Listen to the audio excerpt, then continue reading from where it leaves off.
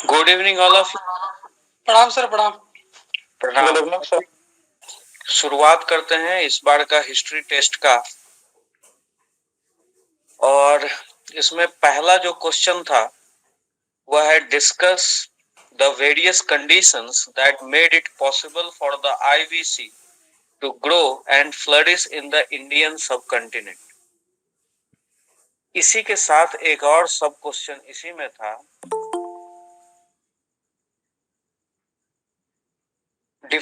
different types of art and crafts of Harappan civilization. Also examine their significance.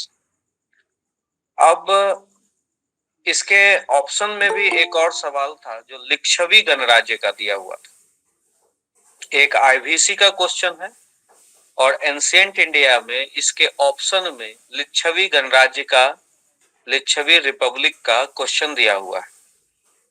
इसमें 90% 95% लोग IVC को attempt किए हैं। जो भी एंशिएंट इंडिया को अटेम्प्ट किए हैं वो 90% लोग आईवीसी अटेम्प्ट किए हैं। एक दो कुछ लोग बस लिच्छवी वाले क्वेश्चन को अटेम्प्ट किए। अब बताइए कि इसमें चॉइस ऑफ क्वेश्चन आपको नंबर ज्यादा देगा या नहीं देगा। आईवीसी में जितने लोगों भी ने लिखा है वो जनरलिस्टिक आंसर लिख दिए। जो भी आईवीसी के बारे में जानते थे उन्होंने लिख दिया। उन्होंने इस क्वेश्चन के साथ जस्टिस नहीं किया।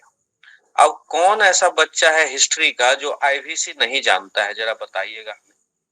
इंडस वैली सिविलाइजेशन के बारे में कौन 5 पन्ना नहीं लिख सकता है। लेकिन इस क्वेश्चन में जो आईवीसी के बारे में दिया हुआ था अगर उसको स्पेसिफिकली लिखा जाता तो चलो भाई ठीक भी है, लेकिन उसी के ऑप्शन में चॉइस में लिच्छवी रिपब्लिक का था जिसको कोई नहीं लिखा है। तो क्या होता है, मोनोटोनी आ जाती है। टीचर को एक ही सवाल को चेक करते करते बार बार एक ही आंसर, आईवीसी आईवीसी और घिसा पिटा आंसर, तो फिर इसमें नंबर नहीं मिलता है। इसलिए choice of question is always important. अब जो लिच्छवी गणराज्य का लिखे हैं उसको अपने आप 2 नंबर मेरे हाथ से ज्यादा चला है। तो एक चीज इंपॉर्टेंट ध्यान देने वाली बात यह है, choice of question is important in fetching marks. उसके बाद रहा क्वेश्चन को थोड़ा सा एक्सप्लोर करते हैं।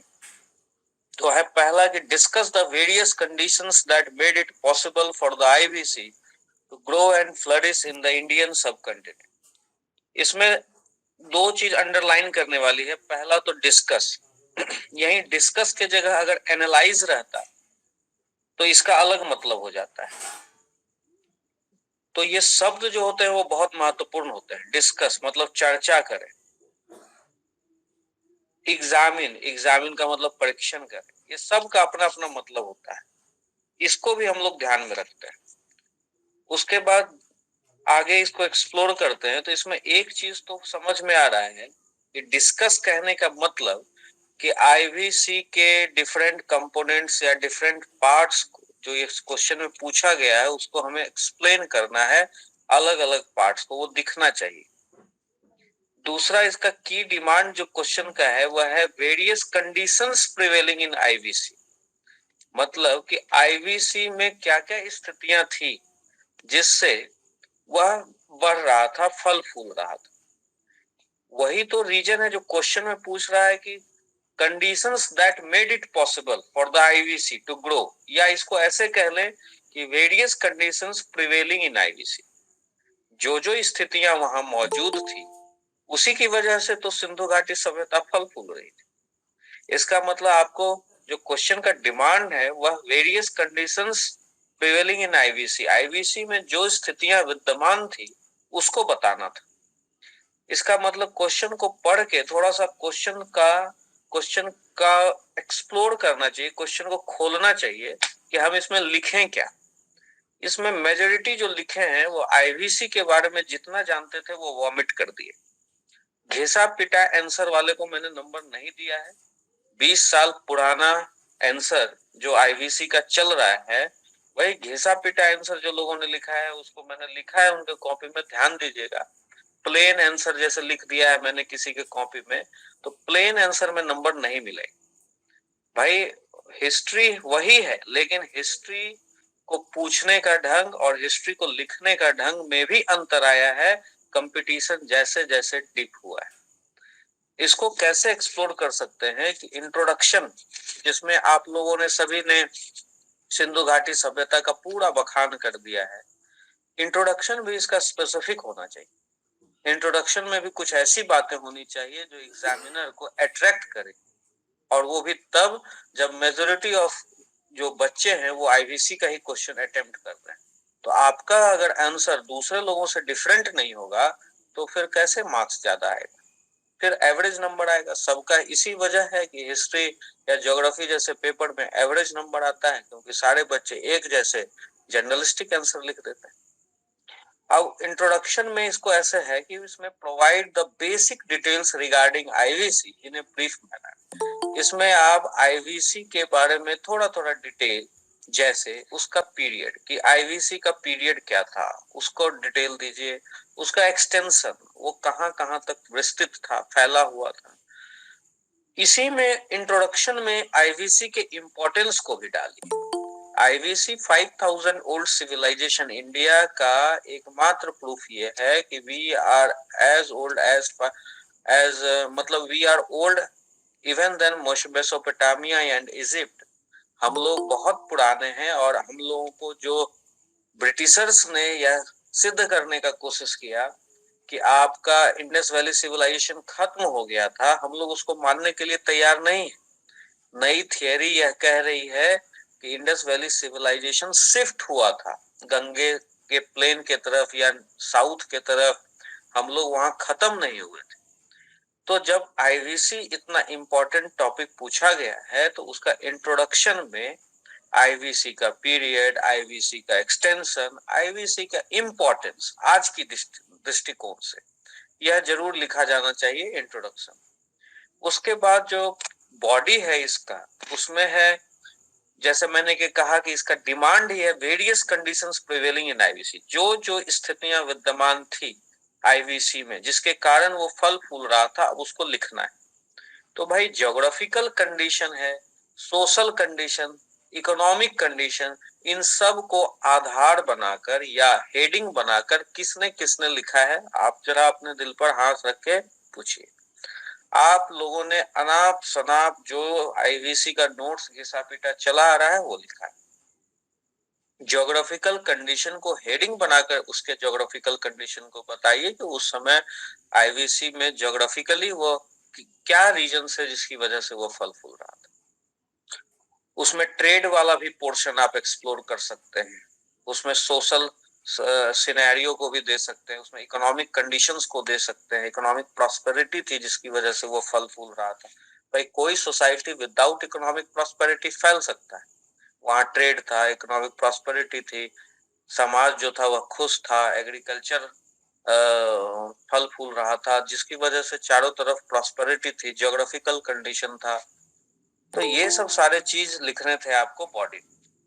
और रहा बात शब्दों का, शब्द का जो बात है, मान लीजिए इसमें बड़ा क्वेश्चन बनाने के लिए 40 मार्क्स का, अपना माइक को आप लोग म्यूट रखिएगा। इसको बड़ा क्वेश्चन बनाने के लिए मैंने 2 क्वेश्चन इसमें डाले। तो अगर शब्दों की बात करें, जो जो 40 पेज या 36 पेज या 25 पेज में लिख रहे हैं, वो अपन थोड़ा सा अपने गिरेबान में झांक कर देखिए कि क्या क्या आप लिख पाएंगे एग्जाम में 40 पेज 20-20 पन्ने का आंसर।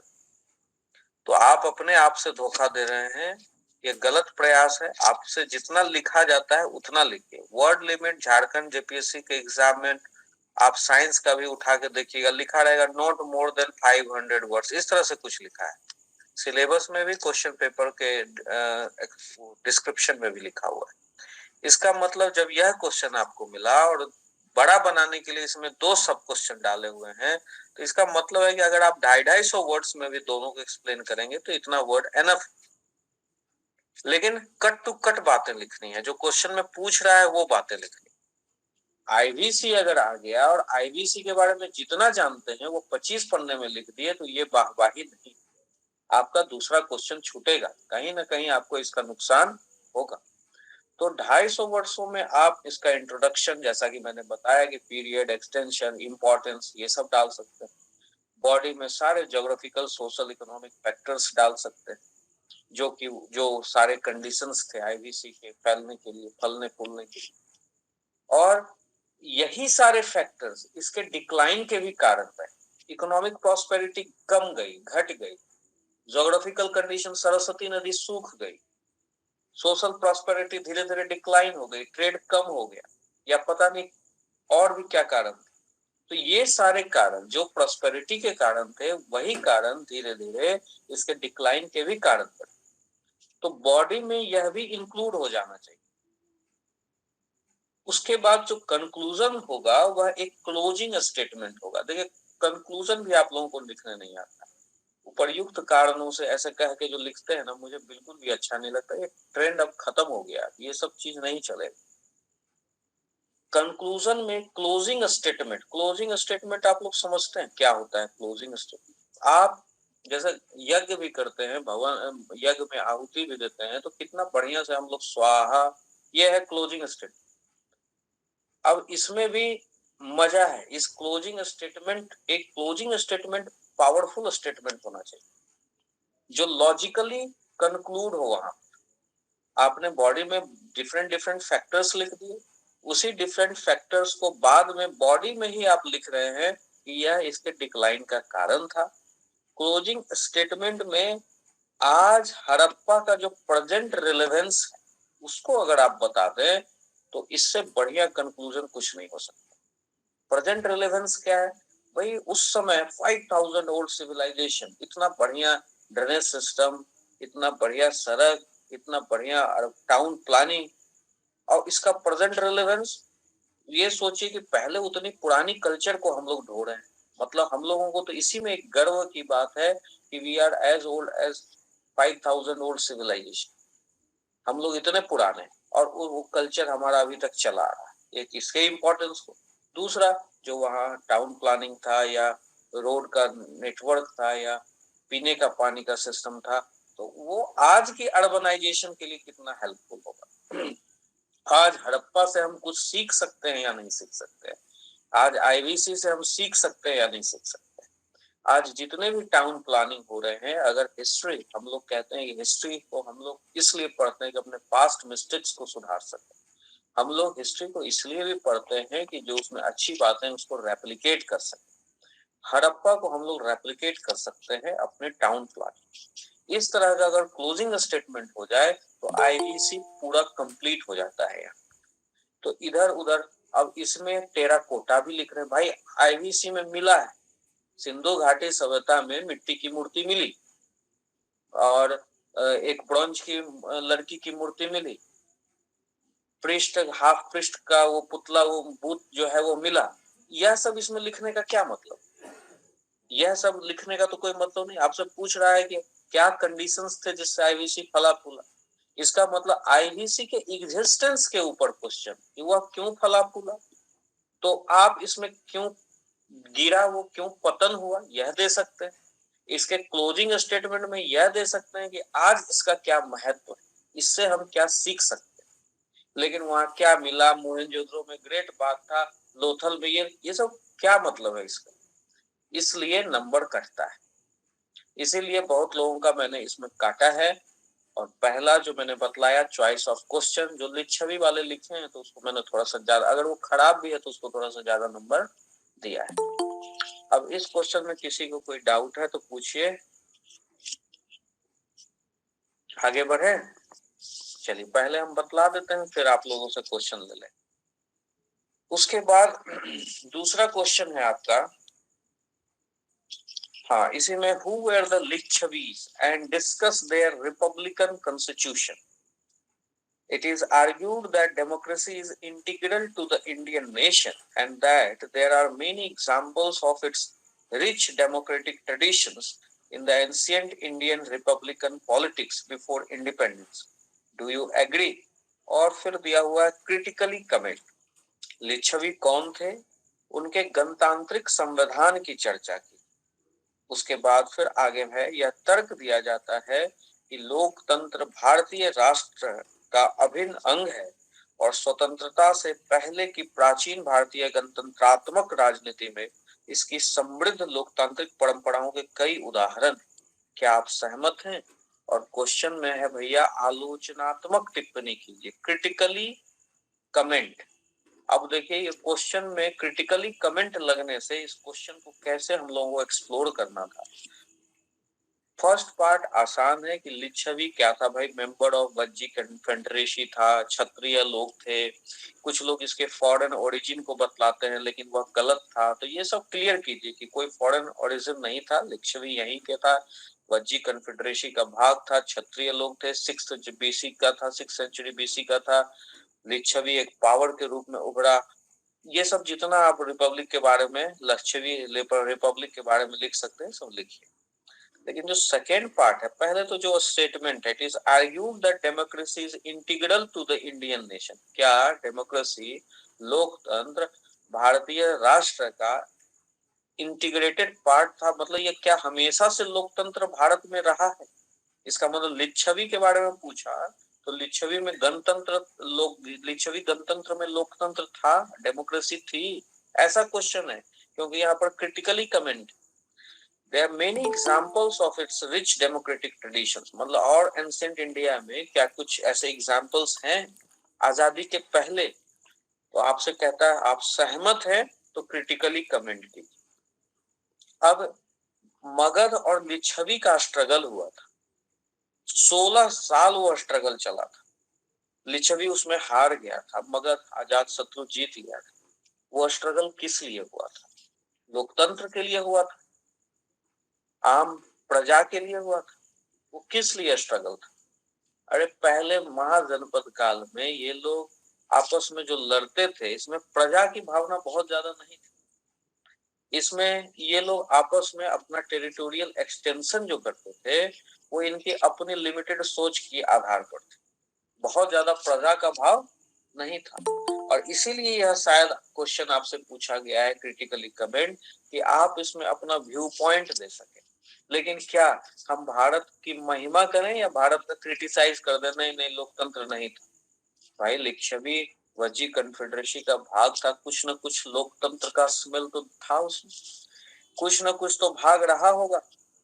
और उसी चीज को हम लोगों को बॉडी में एक्सप्लेन करना है कि भले ही मगध और लिच्छवी लड़ाई किया अननेसेसरी रीजंस पे, लेकिन फिर भी वहां वह लोकतंत्र रिपब्लिक ही कहा जाता है। और भारत में इस तरह का ये अद्भुत उदाहरण है कि हम लोग के उस जमाने में महाजनपद काल में गणतंत्र स्थापित था। हाँ, अब वह आज के गणतंत्र से मिलता जुलता था या नहीं, या आज के जैसा था या नहीं, इसमें सवाल। लेकिन वही गणतंत्र या वही डेमोक्रेसी के कारण आज हमारा भारत सेकुलर डेमोक्रेटिक एक राष्ट्र के रूप में उभरा है। इसका मतलब लिच्छवी का भी योगदान था। अगर लिच्छवी रिपब्लिक था तो आज का जो भारत में जो भी ट्रेड्स उभर कर सामने आए हैं, निकल कर सामने आए हैं, वह कहीं ना कहीं हमारे आजादी के पहले के डेवलपमेंट से जुड़े हुए हैं। हम लोगों को, बहुत सारे लोगों ने हम लोगों को गुलाम बनाया, लेकिन हम लोग उससे पहले अपने किंगडम में अपने कुछ महारत हासिल किए हुए थे। कुछ हम लोगों में किंग्स के ट्रेड्स थे जो कि एक डेमोक्रेसी के रूप को परिलक्षित करता है, दिखाता है। तो इस तरह से हम कह सकते हैं और कंक्लूडिंग स्टेटमेंट में यही सब देंगे कि इसी सब का, लिच्छवी वगैरह की वजह से ही आज का हमारा भारत एक सेकुलर डेमोक्रेटिक कंट्री के रूप में उभर कर सामने आया है। तो इस तरह से इसको हम लोग कंक्लूड करेंगे। ग्रुप बी में क्वेश्चन है। अब ग्रुप ए एंशिएंट इंडिया, मैं जनरली कहता हूं कि एंशिएंट इंडिया को कीजिए और सेक्शन डी झारखंड को कीजिए। कुछ लोगों की तैयारी है मेडिवल की, चलिए वो कर रहे हैं, अच्छी बात है। और मोहम्मद बिन तुगलक वाला क्वेश्चन तो सभी लोगों ने बहुत अच्छा लिखा है, घिसा पिटा क्वेश्चन है, तो सभी लोगों ने उसको बढ़िया से रटा हुआ है, जमाने से रट के बैठे हैं आप लोग। तो भाई उसमें भी एवरेज ही नंबर आएगा। मोहम्मद बिन तुगलक में आप जितना भी लिख लीजिए एवरेज नंबर ही आएगा। इसीलिए यहाँ अब ग्रुप के सिलेक्शन पर भी आपका नंबर डिपेंड करेगा आपके कंपटीटर से कि आपको ज्यादा आता है या कम आता है। एंशियंट इंडिया बहुत कम लोग ट्राई करते हैं, थोड़ा डरते हैं एंशियंट से। उसके बाद मेडिवल सबके लिए आसान है, मॉडर्न सबके लिए आसान है। मॉडर्न और मेडिवल में जनरलिस्टिक आंसर लिखा जाता है, जिसकी वजह से एवरेज मार्किंग हो जाती है।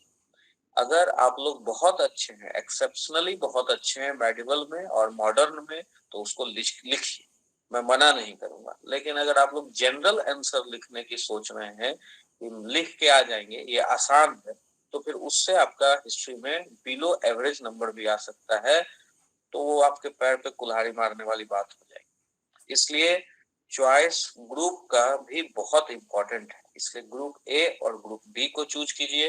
अब जैसे बी के क्वेश्चंस को लेते हैं, how foreign invasion impacted India, एक यह है। अब विदेशी आक्रमण कैसे भारत को प्रभावित किया, एक यह क्वेश्चन है। दूसरा है मोहम्मद बिन तुगलक वाला। तो मोहम्मद बिन तुगलक इसमें से सारे लोगों ने लिख लिया, तो सबको एवरेज मार्किंग मिल जाएगी।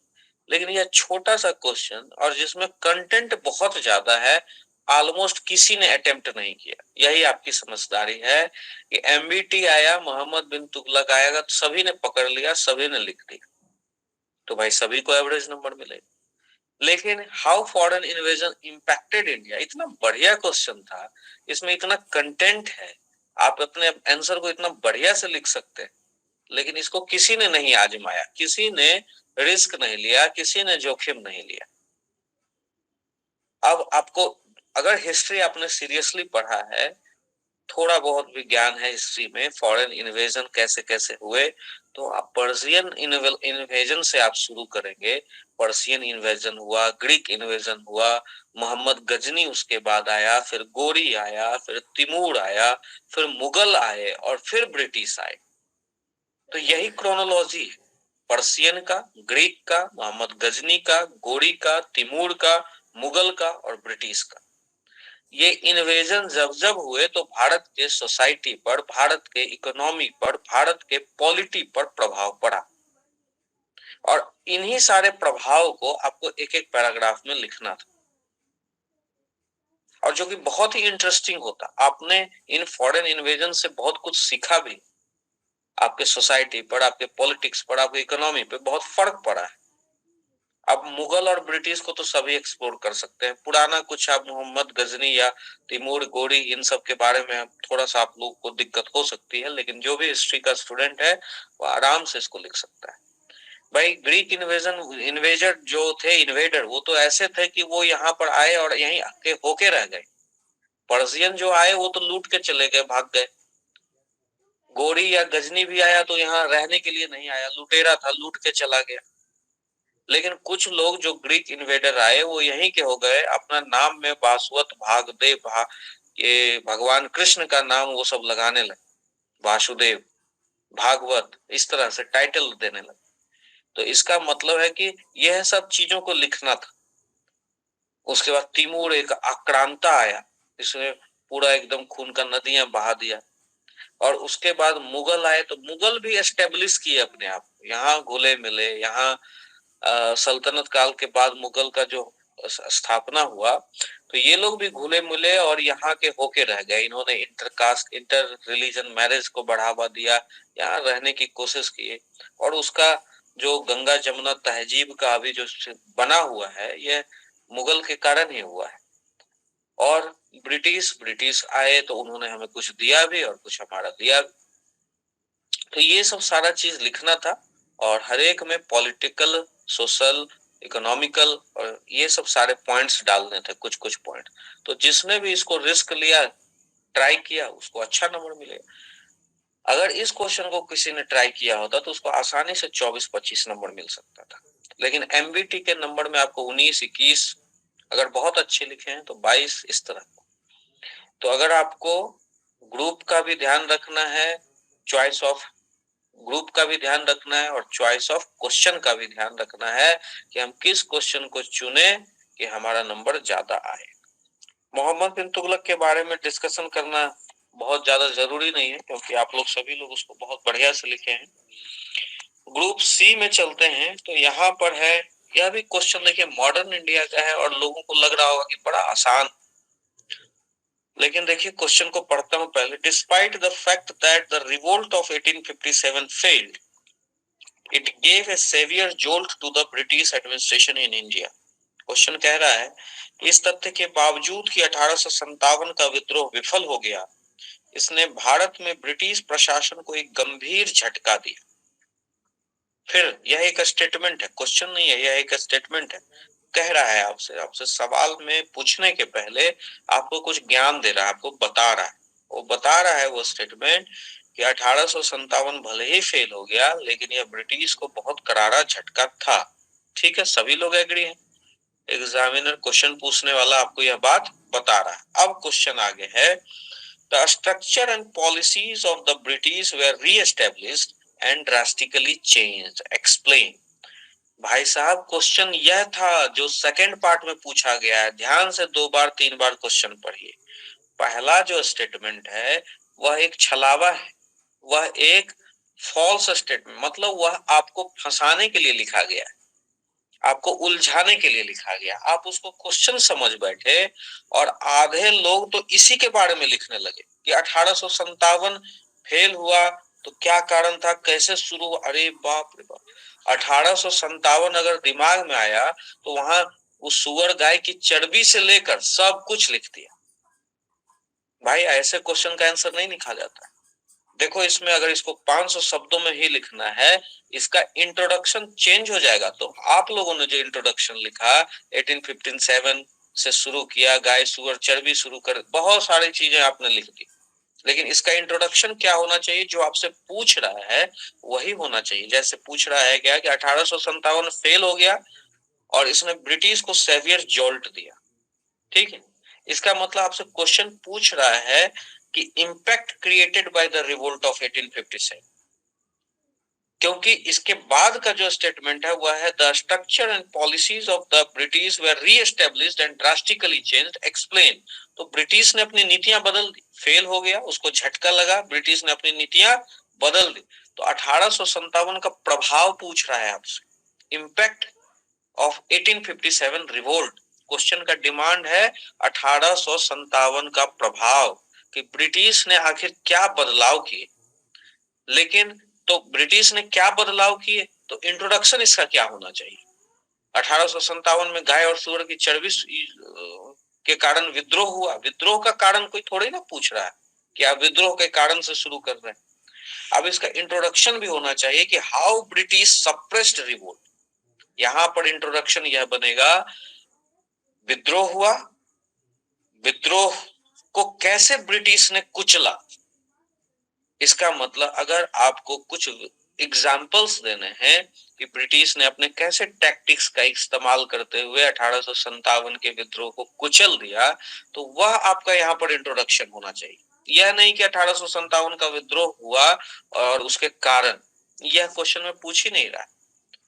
विद्रोह का सप्रेशन हुआ तो सप्रेशन कैसे किया, यह आप इंट्रोडक्शन में बता दीजिए। उसके बाद क्वेश्चन का जो डिमांड है वह है इंपैक्ट ऑफ 1857।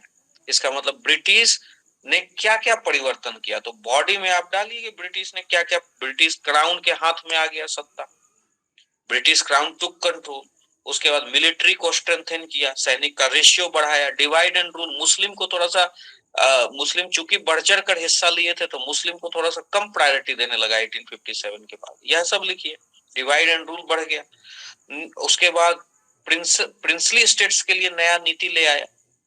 उसके बाद नए नए दोस्त बनाने लगा ब्रिटिश, जो पुराना कुछ उसको धोखा दिया था उसको थोड़ा सा चेक एंड बैलेंस करने लगा, कैरेट एंड स्टिक पॉलिसी अपनाने लगा, प्रिंसेस के साथ नया फ्रेंडली रिलेशन एस्टेब्लिश करने लगा। तो यह सब क्यों किया, अब इसको करने का रीजन जो होगा वह आपका कंक्लूजन में होगा।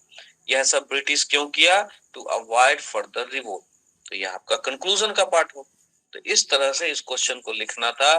तो क्वेश्चन को पहले समझने की कोशिश कीजिए, 2-4 बार उसको क्वेश्चन को पढ़िए, क्वेश्चन के डिमांड को समझिए, तब जाकर लिखिए। ये जो मैं अभी आपको बोल रहा हूँ इसको प्लीज दोबारा सुनिएगा, जो लोग लेट से ज्वाइन कर रहे हैं।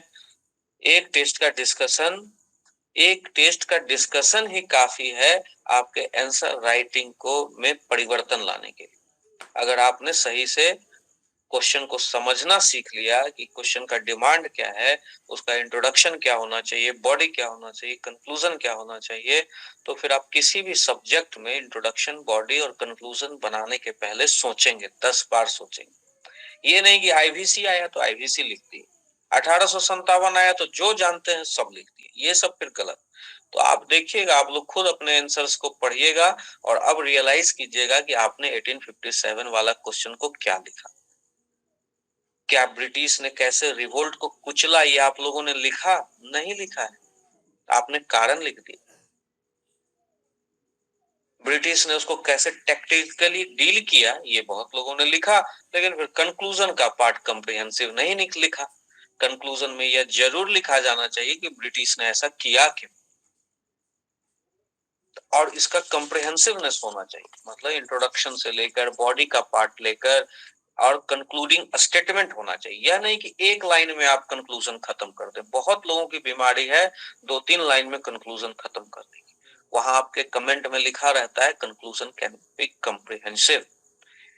कंप्रिहेंसिव हो सकता है, उसको समग्र बनाइए। तो जो आप कहानी लिख रहे हैं इंट्रोडक्शन से, बॉडी से, उसको कंक्लूड कीजिए और कंक्लूजन का एक कंक्लूडिंग स्टेटमेंट जो होना चाहिए वो स्ट्रांग होना चाहिए। इस पर ध्यान देना चाहिए, ठीक है। उसके बाद इसके ग्रुप सी में एक चॉइस था क्वेश्चन में, और बहुत ही यह टेढ़ा क्वेश्चन था जो कि बहुत आसान नहीं था। एक कुछ लोगों ने फिर इसको किया है, बाकी सारे लोगों ने 1857 को ही किया है। जिसने भी ग्रुप सी को करने की कोशिश की उसने मॉडर्न इंडिया ही लिखा है। और क्वेश्चन था, the scope of the reform movement was not confined to religion only but included the society as a whole. सुधार आंदोलनों का दायरा केवल धर्म तक ही सीमित नहीं था, बल्कि इसमें समग्र रूप से समाज भी शामिल था। मतलब इसके आगे फिर है, it gave a vision of A prosperous modern India and subsequently this vision got incorporated in the Indian national movement. Elaborate. मेरी बेटी आ गई है डिस्टर्ब करने के लिए। आस्था, इसको ले जाओ प्लीज। आस्था, क्या मतलब गूगल मीट चल रहा है तुम लोगों को? दरवाजा बंद करो। The scope of the reform movement was not confined to religion only, but included the society as a whole. सुधार आंदोलनों का दायरा केवल धर्म तक ही सीमित नहीं था, बल्कि इसमें समग्र रूप से समाज भी शामिल था। आगे इसने एक समृद्ध आधुनिक भारत का दर्शन दिया और बाद में यह दृष्टि भारतीय राष्ट्रीय आंदोलन में शामिल हो गई। जैसा आपको क्वेश्चन मैंने पहले बताया कि एक स्टेटमेंट दे देता है, पहले में भी मैंने एक स्टेटमेंट दिया पहले वाले क्वेश्चन में, उसी तरह देखिए यहाँ पर एक स्टेटमेंट है। यह क्वेश्चन नहीं पूछ रहा है, यह आपको बता रहा है कि सुधार आंदोलन धर्म तक ही नहीं था, धर्म को सुधारने तक सीमित नहीं था, उसका उद्देश्य समाज को भी सुधारना था। आपके धर्म में सुधार हो यह उसका मंशा नहीं था। बहुत सारे रिलीजियस रिफॉर्म मूवमेंट हुए, लेकिन उसके बारे में स्टेटमेंट दे रहा है कि वह रिलीजियस रिफॉर्म मूवमेंट सिर्फ धर्म को सुधारने के लिए नहीं था, उसका पर्पस समाज को भी सुधारना था। और इसी के कारण फिर आगे स्टेटमेंट है कि आधुनिक भारत का दर्शन इससे डेवलप हुआ, मॉडर्न इंडिया का फिलॉसफी निकलकर सामने आया। जैसे आप बहुत एक फेमस देखिए, इसको इस तरह से मैं समझाना चाहूंगा आपको कि एक बार एक इंटरव्यू में वाजपेयी जी को पूछ रहा था कि पाकिस्तान जो बना वह धर्म के नाम पर बना, मुस्लिम और हिंदू को सेपरेट किया, पाकिस्तान की मुसलमान को लेकर अलग हो जाएगा, मुस्लिम देश रहेगा।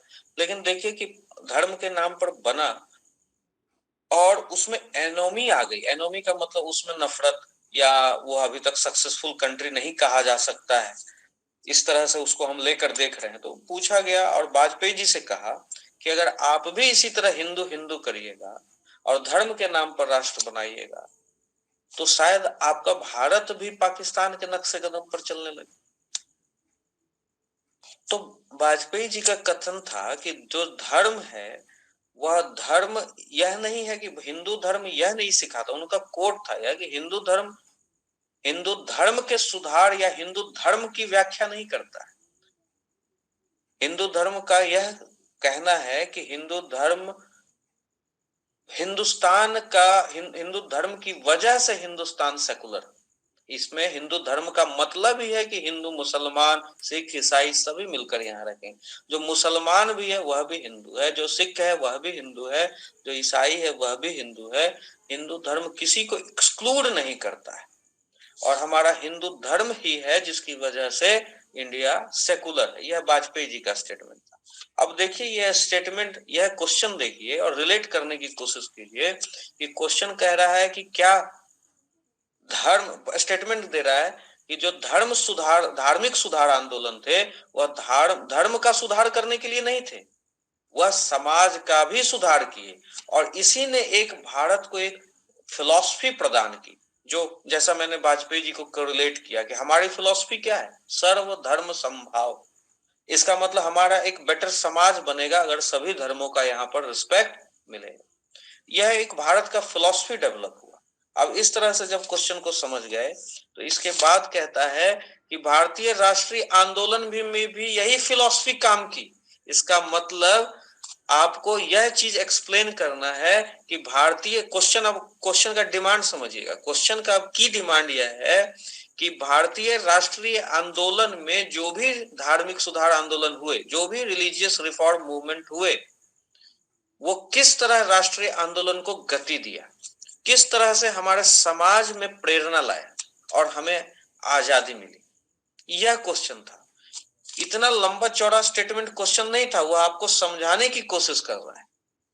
अब हमने धार्मिक सुधार आंदोलनों को बतलाया, उसको एग्जाम्पल्स देने थे। इस क्वेश्चन का डिमांड को पूरा करने का यही तरीका था कि आपको कुछ कुछ कोट करने थे रिलीजियस रिफॉर्म मूवमेंट और उनका समाज पर प्रभाव, और ऐसे कुछ धार्मिक सुधार आंदोलनों के प्रभाव का कैसे उपयोग किया गया आजादी में। जैसे कि महात्मा गांधी ने भी एक बार कह दिया था कि फ्रीडम कैन वेट, आजादी इंतजार कर सकती है लेकिन पहले जस्टिस होना चाहिए SC ST लोगों के साथ। तो धर्म सुधार नहीं था, धर्म सुधार था तो धर्म सुधार सुपरस्टिशन को खत्म करने के लिए था, बेटर सोसाइटी में इक्वालिटी लाने के लिए था, SC ST के साथ भेदभाव दूर करने के लिए था। तो यह सब चीज था और वुमेन की इक्वालिटी के लिए था। इस तरह से इन सारे चीजों का उपयोग हमारे फ्रीडम मूवमेंट में हुआ। वर्कर्स को, वुमेन्स को, मजदूर को, सभी लोगों को शामिल किया गया। हमारी सोसाइटी एक दर्शन पे काम कर रही थी, जिस दर्शन में धर्म महत्व नहीं था, जिस दर्शन में धर्म का प्रभाव महत्व था, एक बेटर समाज बनाने के लिए जिस धर्म का उपयोग किया जा रहा था। तो इस क्वेश्चन में इस तरह, ये फिलोसफिकल क्वेश्चन था, लेकिन इसको लोगों ने सोशियो रिलीजियस रिफॉर्म मूवमेंट जितने सारे थे उसको प्लेनली लिख दिया और कुछ फिलॉसफी की बात नहीं की। आपको कुछ एग्जाम्पल्स वगैरह देने थे और इस तरह से इसको प्रूव करना था। तो इस तरह से ये टेक्निकल क्वेश्चन हम कह सकते हैं, और जो लोग भी इसको अटेम्प्ट करेंगे अच्छे से उनको बेहतर नंबर मिलेगा। यहाँ भी चॉइस ऑफ क्वेश्चन इंपॉर्टेंट होगा कि कौन 1857 का लिख रहा है। हालांकि यहाँ 1857 वाला भी दमदार क्वेश्चन था क्योंकि बहुत लोग उसको समझ नहीं पाए थे।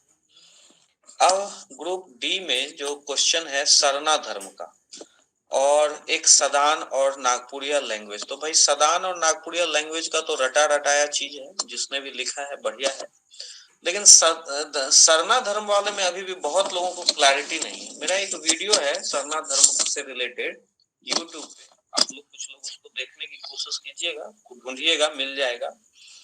अब इसमें थोड़ी सी टेक्निकल बातें भी है जिसको मैं एक्सप्लेन करना चाहूंगा सरना धर्म के बारे में। झारखंड गवर्नमेंट रेजोल्यूशन पास करता है कि सरना कोड को इसको शामिल करना चाहिए, और यह जड़ जंगल जमीन पर बेस्ड है कि भाई ये ट्री की पूजा करते हैं, हिल्स पहाड़ ये सब रहना चाहिए। और 50 लाख जो ट्राइबल हमारे थे वो सरना धर्म को फॉलो करते थे। ये 2011 के सेंसस में वर्णित है कि 50 लाख ट्राइबल ऐसे थे। लेकिन बहुत सारे ट्राइबल भाई बहन हमारे क्रिश्चियनिटी में कन्वर्ट कर रहे हैं, और इसका एक परसेंटेज है, अभी वो परसेंटेज मुझे याद नहीं है, लेकिन उसमें मैंने बतलाया था शायद 4% वगैरह कुछ इस तरह का था।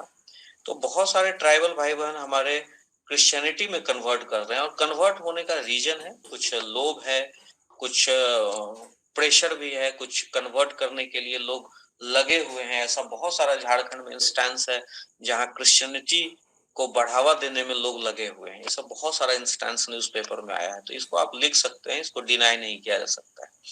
उसके बाद कुछ लोगों का लोभ होता है कि क्रिश्चियनिटी में कन्वर्ट कर जाएंगे तो हमें कुछ बेनिफिट मिलेगा, माइनॉरिटी को जो बेनिफिट मिलता है वह बेनिफिट मिलेगा।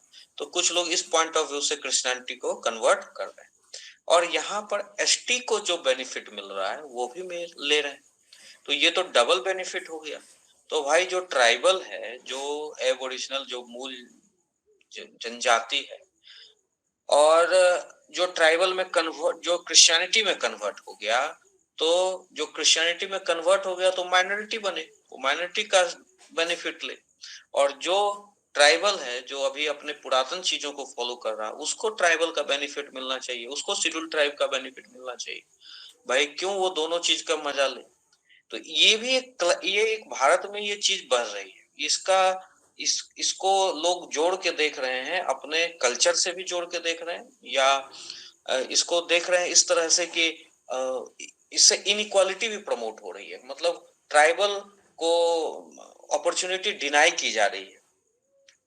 तो जो लोग क्रिश्चियनिटी में कन्वर्ट कर गए वो माइनॉरिटी हो गए, जो लोग नहीं किए वो भाई ट्राइबल है, तो ज्यादा से ज्यादा बेनिफिट ट्राइबल लोगों को मिलना चाहिए।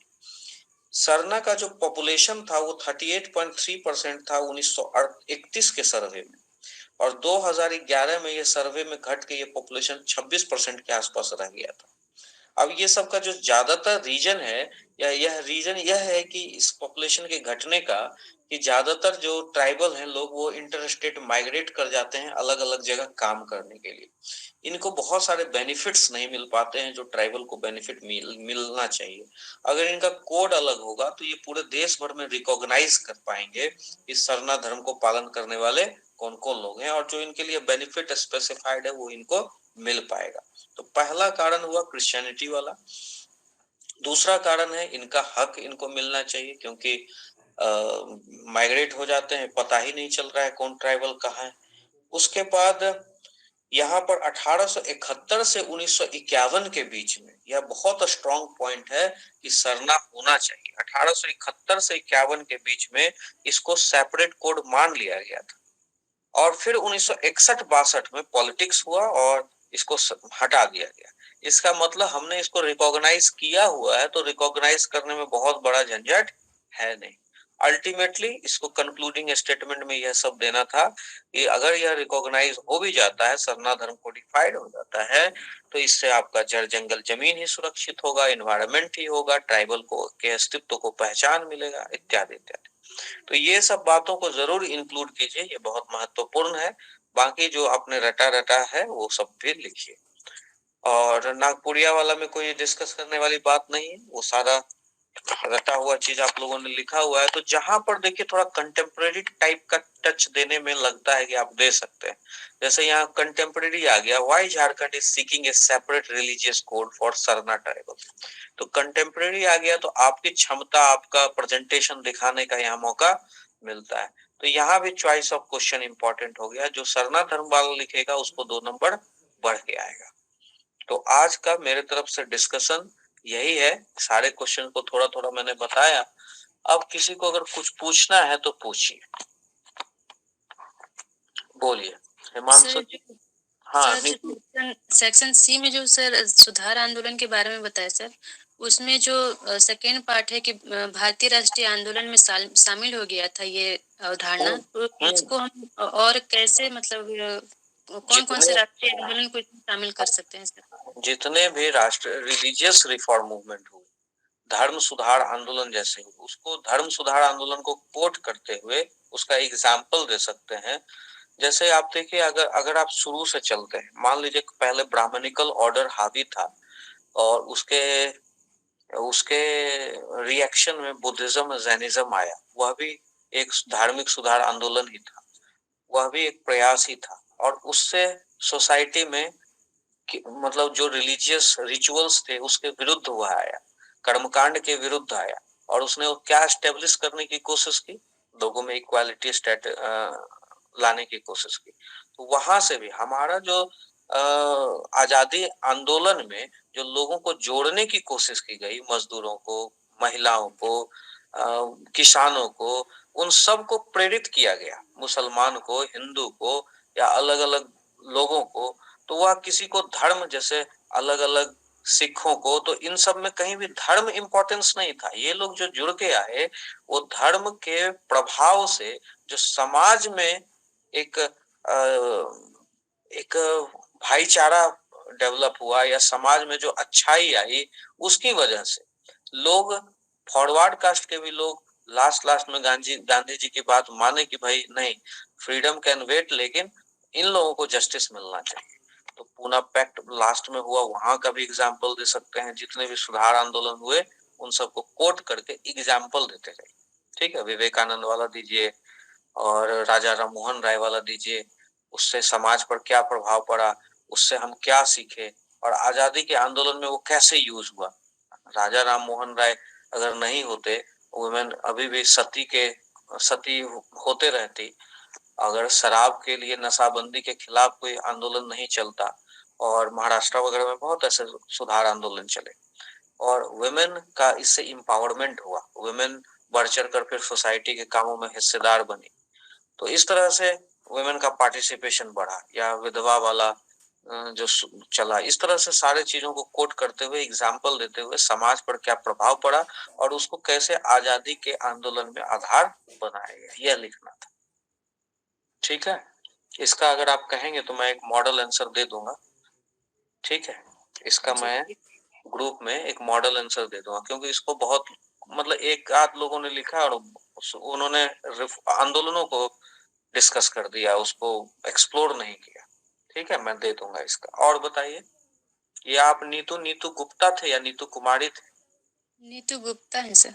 अच्छा, बहुत अच्छा है आपका परफॉर्मेंस। ऐसे नीतू कुमारी भी बहुत अच्छा लिख रही हैं, और व्यस्तता के कारण आप लोगों से मैं बात नहीं कर पाता हूँ, और बात करूंगा। अभी जैसे इकोनॉमिक्स का टेस्ट आएगा ना, हिस्ट्री खत्म होगा, तो मैं और आप लोगों से बात करूंगा। बहुत अच्छा हम लोगों का टेस्ट चल रहा है, और इसमें जो लोग भी जुड़े हैं, पहले भी जो लोग जुड़े हुए थे और अभी जो दोबारा जुड़े हैं, सभी अच्छे अच्छे बच्चे हैं, सभी अच्छा लिख रहे हैं। आप लोग सभी एक दूसरे का कॉपी देखते रहिए, बहुत कंटेंट चोरी कर सकते हैं। और जो सब मिल के पढ़ता है ना, जो सब कंटेंट एक दूसरे का देखेंगे ना, तो आप लोगों में से ही लोगों का, मैक्सिमम लोगों का रिजल्ट होगा। ये मेरा देखा हुआ है। मेरे साथ पिछले बार जो लोग टेस्ट सीरीज में जुड़े हुए थे, मेजोरिटी ऑफ लोगों का सिलेक्शन हुआ है।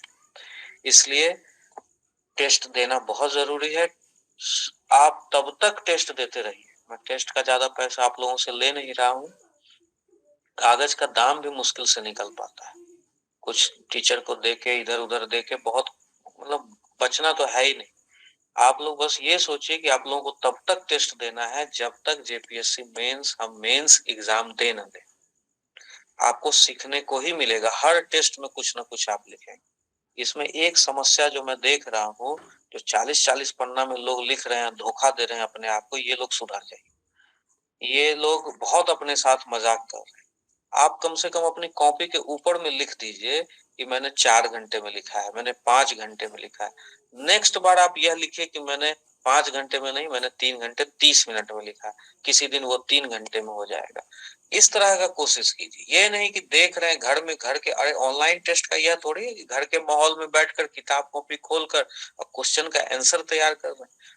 आप करिए, फ्रेमवर्क बना लीजिए। अगर आपको लगता है कि शुरुआत में आंसर राइटिंग शुरुआत में ऐसे ही लिखी जाती है, अगर आप क्वेश्चन को 2-4 बार पढ़े, आपको लगता है कि आपके पास कंटेंट नहीं है, तो better to draw framework with lots of inputs you have. जो भी आपके पास किताब कॉपी नोट्स है, उन सारे इनपुट से आप एक फ्रेमवर्क बना लीजिए कि मुझे ये चीज अब आंसर में लिखना है। तो एक बार 20 मिनट का एक्सरसाइज कर लीजिए, लेकिन फिर किताब बंद कर अपने से लिखिए। शुरुआत में आप लोग आंसर राइटिंग इस तरह से कर सकते हैं, लेकिन धीरे धीरे उस किताब को देखना भी बंद कीजिए। तो यह एक मेरा सुझाव रहेगा उन लोगों से जो बहुत ज्यादा, मुझे विश्वास ही नहीं होता है कि कोई 40 पन्ना लिख सकता है। इतने कम समय में, तो इसलिए मैं इस बात को बोल रहा हूँ।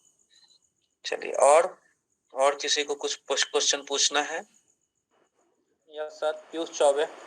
हाँ पीयूष जी, बहुत खराब परफॉर्मेंस प्रीलिम्स में रहा है आप, हाँ एमसीक्यू सर। में। हाँ सर।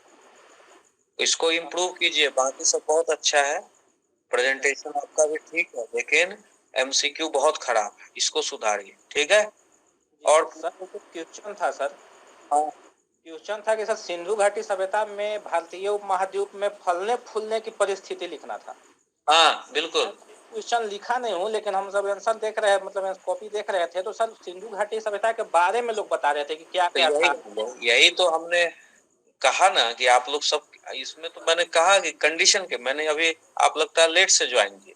जी सर, मैं 8:30 में, मैं सर मेरा रिक्वेस्ट था कि 8:30 से प्लीज करते हैं। ओहो, कोई बात नहीं, अगले बार से 8:30 बजे करेंगे, लेकिन ये रिकॉर्डिंग यूट्यूब पे जाएगा, आप इसको सुन लीजिएगा।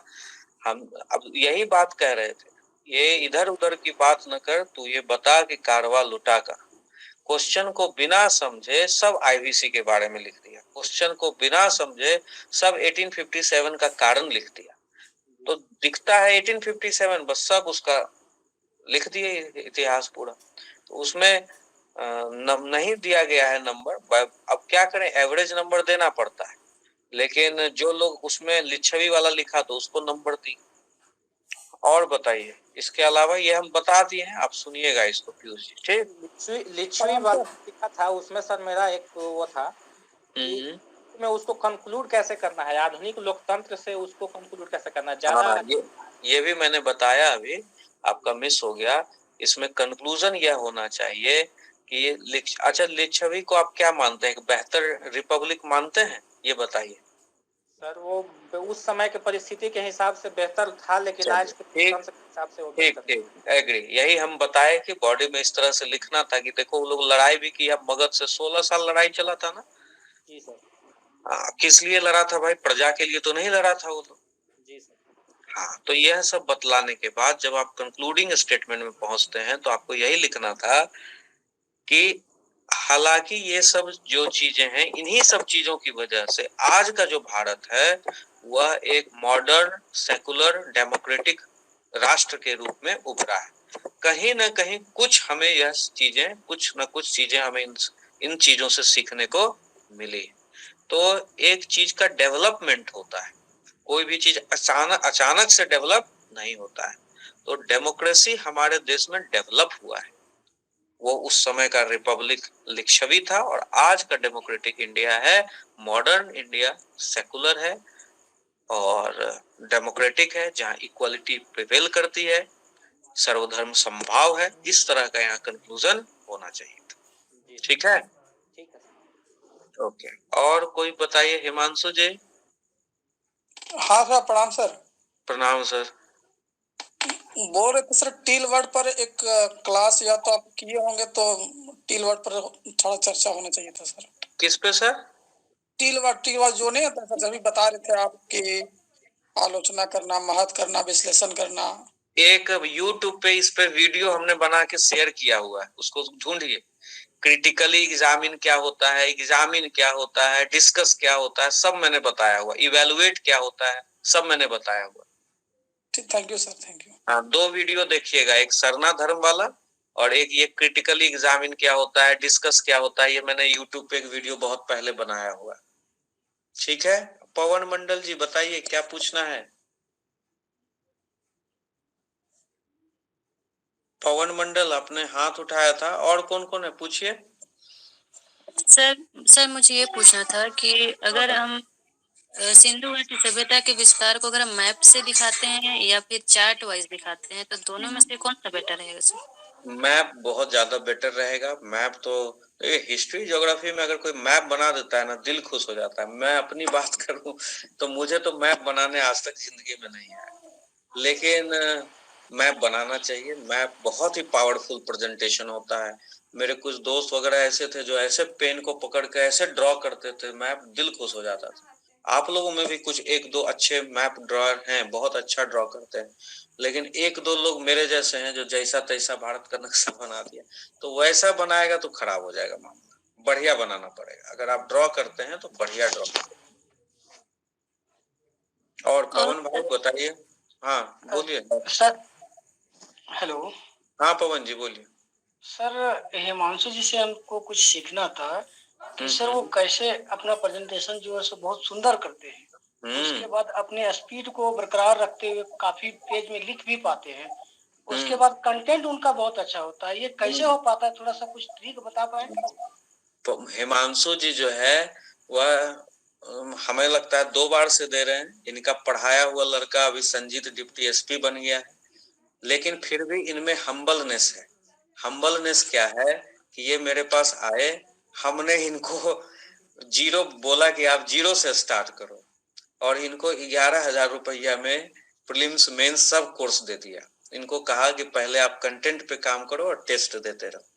कुछ चीज शुरुआत में जब ये टेस्ट दे रहे थे, कहीं अगर प्रेजेंटेशन तो इन्होंने टेस्ट से ही सीखा है, और कुछ वो शुरुआत में अगर गलती कर रहे थे तो आप ही के जैसे इनको मैंने कहा था टॉपर्स का कॉपी देखिए, और 2-3 टेस्ट के बाद इन्होंने चीजों को पकड़ लिया और ये सीखने की कोशिश कर रहे हैं। हम्बलनेस इनमें जबरदस्त है। ये टीचर हैं और जिनको पढ़ाए वो डिप्टी एसपी बने हुए हैं, और फिर भी मेरे पास आते हैं तो इतना रिस्पेक्ट, और मेरे इंस्टीट्यूट के लिए पता नहीं इनको क्या अच्छा हो गया है, मेरे से पता नहीं कितना एडमिशन भी करवा देते हैं रेफरेंस से। तो ये बेचारे बहुत हम्बल हैं, ये चीजों को सीखे हैं। धीरेन्द्र वगैरह का कॉपी देखते थे। और आप भी पवन जी, आप लोगों के ग्रुप में भी पवन जी, अगर कोई लड़का आप देखिएगा, इस चीज को ऑब्जर्व कीजिएगा, कोई हम्बल है ना तो वो सीखता है। किसी में अगर एटीट्यूड आ गया ना कि हमने पढ़ लिया है, भाई हम इकोनॉमिक्स पढ़ा रहे हैं 2011 से, आज भी हम अगर जाते हैं इकोनॉमिक्स पढ़ाने के लिए तो हम तैयार होके जाते हैं। तैयार होके जाने का मतलब कि उस सब्जेक्ट के ऊपर, उस टॉपिक के ऊपर पूरा एक बार अच्छे से जो भी कंटेम्प्रेरी अभी तक चल रहा है तैयार करके जाते हैं। फिर क्लास में जाते हैं तो डिस्कशन में और कुछ चीज सीखने को मिलता है। मतलब हर बार हर क्लास के बाद मेरी इकोनॉमी इंप्रूव होती है। तो भाई आप तो अभी एग्जाम ही दे रहे हैं, तो आप में भी तो इम्प्रूवमेंट का स्कोप है। तो जो बच्चा यह समझ लिया कि फलाना जगह से हम कोचिंग कर लिए, अब मेरे में सीखने का सीख लिए, अब जो सीखना था हम सीख लिए, और अब हम उसी नोट्स को हम रिवाइज करेंगे, उसी नोट्स को हम करके, तो फिर खराब हो जाता है। तो हिमांशु जी के पास अपना नोट्स भी है, उन्होंने मेरा नोट्स को भी एड ऑन किया, और फिर आपके टॉपर्स की कॉपी को भी देखा। तो ये मेरा ऑब्जर्वेशन है इनके अच्छे आंसर राइटिंग होने का। अचानक से नहीं हुआ है, पहले इनका भी खराब था। अब हिमांशु जी आप कुछ भाई साहब को बताइए, पवन जी को। आप पवन सर नमस्कार। नमस्कार सर, नमस्कार। पवन सर, सबसे पहले तो मोटिवेट करने वाले हमारे राहुल सर है, विभात सर हैं, तो आप ही जैसा हम भी थे, ऐसा नहीं है कि कुछ अच्छा कर गए हैं, बस जिज्ञासा और जुनून है। तो इसमें सबसे बड़ा भूमिका है राहुल सर का। तो राहुल सर से संपर्क करने के बाद उन्होंने बताया कि अभी जैसे बता रहे थे ना विभात सर, कि कोई भी अगर आप टॉपिक को चुनते हैं तो उसका पहले आप कीवर्ड बना लीजिए, आप एक फ्रेम बना लीजिए। तो हम 2-3 गो नोट्स बनाते हैं, एक ही बार फाइनल नहीं लिखते हैं। एक सप्ताह का टारगेट ले लेते हैं कि हमको ये टॉपिक करना है, तो वो एक पेज में लिख लेते हैं। फिर उसको पहले लॉन्ग को आंसर लिखते हैं किताब देख करके, फिर किताब देख कर लिख करके फिर उसको शॉर्ट में लाते हैं, और शॉर्ट बनाते हैं तो उसके बाद फिर टेस्ट लिखते हैं। नहीं 3 बार करते हैं, अपने घर में लिखते हैं 3 बार, तब कहीं जाकर के वो लास्ट में होता है। और सर हम लोग डू एंड डाई की स्थिति में लिखना पड़ेगा कि करो या मरो, तो ऑटोमेटिक आपका रफ्तार बढ़ेगा। सर थोड़ा हम लोग के पास समस्या ये है कि सर हम अभी जॉब में ही हैं और समय कम मिल पाता है सर, तो इस स्थिति में कैसे मैनेज करें समय? हम रेलवे में। कौन विभाग में है सर? रेलवे में है सर, रेलवे में मैकेनिकल विभाग है हम लोग का। तो हम भी जॉब में हैं सर। तो कैसे मैनेज कर पाए सर, इसी चीज की जानकारी चाहिए था सर। बस आप एक बार पर्सनल हमसे बात कर लीजिएगा, जूम मीटिंग में है, आप विशेष क्या बताएंगे? सरकारी नौकरी में क्या टेंशन है, टाइम निकालिए, रात को निकालिए, 4 से 6 घंटा रेगुलर रहिए, बस कंसिस्टेंसी मेंटेन रखिए। सर विभाग सर आपसे एक क्वेश्चन था, हिमांशु सर आपसे बाद में बात करते हैं पर्सनली। विभाग सर आपसे एक क्वेश्चन था मेरा कि सर मैंने जो है सिंधु सभ्यता के बारे में मैंने क्वेश्चन जो रीड कर पाया अपने आप में कि इसमें हमको लगा कि सर सिंधु सभ्यता का विकास कैसे हुआ, किन कारणों से हुआ सर। मैंने जहां तक हो सका, समय मेरे पास कम था, मैंने भौगोलिक कारण भी दिया, आर्थिक कारण भी दिया, सामाजिक कारण भी दिया। इसके अलावे मैंने शिल्प और कला के बारे में भी कुछ लिखा सर। तो हमको लगता है कि क्वेश्चन का डिमांड में सिर्फ मैंने क्या छोड़ा, उसकी विशेषता को छोड़ा है सर। हाँ, उसका सिग्निफिकेंस को छोड़ दिए, बिल्कुल जी, मतलब एक बात को मैंने छोड़ा है सर। कंक्लूजन भी आपका देख लीजिए, कंक्लूजन भी नहीं होगा बढ़िया। कंक्लूजन मैंने लिखा ही नहीं सर। हाँ, तो फिर कंक्लूजन में इसमें बहुत इंपॉर्टेंट हो जाता है उसका प्रेजेंट सिग्निफिकेंस, तब जाके वो आपका वो कंक्लूडिंग स्टेटमेंट जरूर होना चाहिए सर। एक छोटा सा बात बताता है, छोटा समय लेते हैं। मैंने बहुत सारा बुक में देखा सर कि इनके विकास का बहुत सारे रीजन हमको मिल नहीं पाया सर। फिर मैंने एक दोस्त से जो है अजय मंडल करके मेरा दोस्त है इसी ग्रुप में, तो उनसे मैंने चर्चा किया तो बोला कि किसी भी सभ्यता का विकास का जो लगभग कारण होता है, भौगोलिक कारण होता है, आर्थिक कारण होता है, जो कि सेम होता है, लगभग थोड़ा बहुत उतार चढ़ाव होता है। तो मैंने उसी चीज को लिखा सर, बस डिस्कशन मात्र लेकर के मैंने उसको उतारा सर। नहीं, वो सही है, वो वैसा ही होता है। यही मैंने अभी डिस्कशन में भी बताया, ज्योग्राफिकल, इकोनॉमिक, सोशल ये सब डालना था। इसमें ट्रेड वाला भी डाल सकते थे इकोनॉमिक वाले में, तो थोड़ा कंटेंट बढ़ जाएगा। और वही उसका सिग्निफिकेंस, और बॉडी में भी उसका जो उतार, जो जैसे चढ़ाव हुआ तो उतार का भी वही कारण था। तो यह भी देना था कि यही सारा रीजन रहा, उससे यह डिक्लाइन भी किया। और फिर कंक्लूजन में, कंक्लूडिंग स्टेटमेंट में देना था कि फिर भी जो आईवीसी है वह हमारा 5000 ओल्ड सिविलाइजेशन अभी तक चल रहा है, वो सिविलाइजेशन शिफ्ट किया, और उस सिविलाइजेशन से हमारा अभी अर्बनाइजेशन में सीखा जा सकता है। ये सब चीज लिख के तो कंक्लूड करना था। ठीक है सर। ठीक है, चलिए। और किसी लोगों को कोई बातचीत?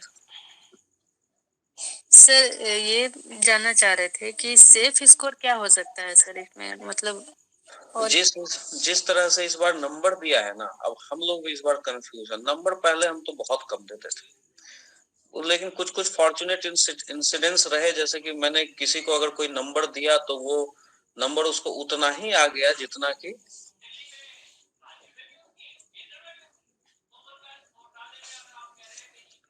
जितना मैंने उसको नंबर दिया वो उतना ही नंबर आ गया उसको। तो वो अब क्या है कि अब इतना नंबर ज्यादा दिया जा रहा है इस बार 7 to 10th जेपीएससी में, इतना ज्यादा नंबर दे दिया कि हम लोग भी अब ज्यादा नंबर दे रहे हैं, लेकिन इसका कोई हिसाब नहीं, इसका कोई हिसाब नहीं है। आप अपना काम बस करके आइए। मार्किंग का होता है कि एवरेज मार्किंग हो गया, अब एवरेज मार्किंग हो गया तो उसमें आप बढ़िया लिखेंगे तो आगे निकल जाएंगे।